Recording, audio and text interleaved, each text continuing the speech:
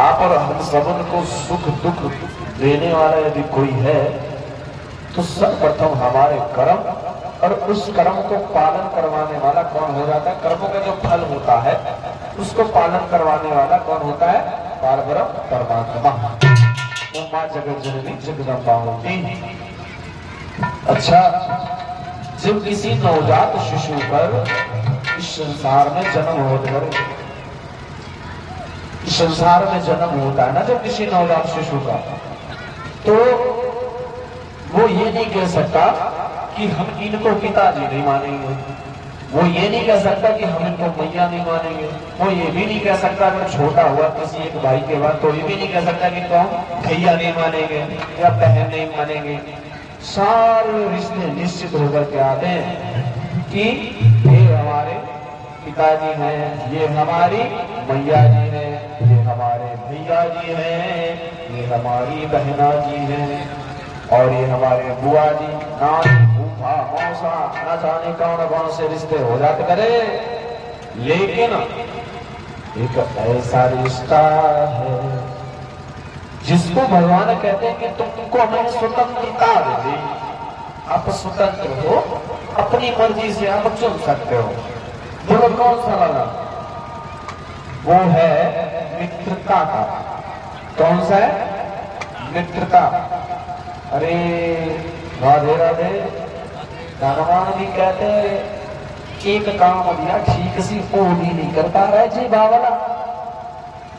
अरे इस जीवन में कम से कम आप मित्र तो एक ढंग का बना लो, मित्रता तो सही से कर लो।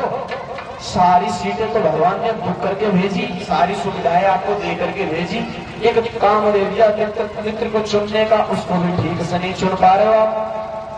कैसे ठीक से नहीं चुन पा रहे हो? अगर कंस प्रवृत्ति वाले लोगों के साथ मित्रता होगी तो क्या होगा? विनाश होगा आपको। और कृष्ण प्रवृत्ति वाले इस धराधाम पर इंसानों से मित्रता होगी तो आपके जीवन में रस का भंडार होगा, प्रेम रस का। कैसे? अम्मा खाना खाओगे अलग से, सखा सखियां मिलेंगे अलग से, और महलों के रहोगे आप अलग से।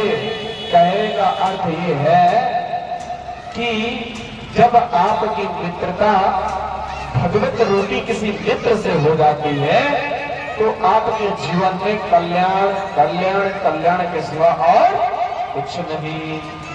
सिर्फ और सिर्फ आपका दिन दोगुना रात चौगुना आगे ही बढ़ोगे, कल्याण ही होता चला जाएगा। तो कहते हैं कि कम से कम एक काम लिया मित्र का तो उसको आपने ढंग से चुनना है। जल्दबाजी में नहीं मित्र बना लेना है कि चलो चलो हाँ भैया आपने हमको 4 दिन खिलाओ और हमने आपको 2 दिन खिलाओ, आप हमारे पक्के मित्र हो गए। ऐसे नहीं। जब बात मित्रता आती है ना तो कृष्ण सुदामा को बहुत ढंग से याद किया जाता है। कैसे भागे थे कृष्ण भगवान सुदामा से मिलने के लिए? सोचो जरा। आंसुओं से उन्होंने धोए थे उनके चरणों को, हाथ जो है पानी में नहीं छुए, आंसुओं से हुए। ऐसी होनी चाहिए मित्रता। प्रीति करो निर्वाह करो, अनरीति करो अब ही कहना है।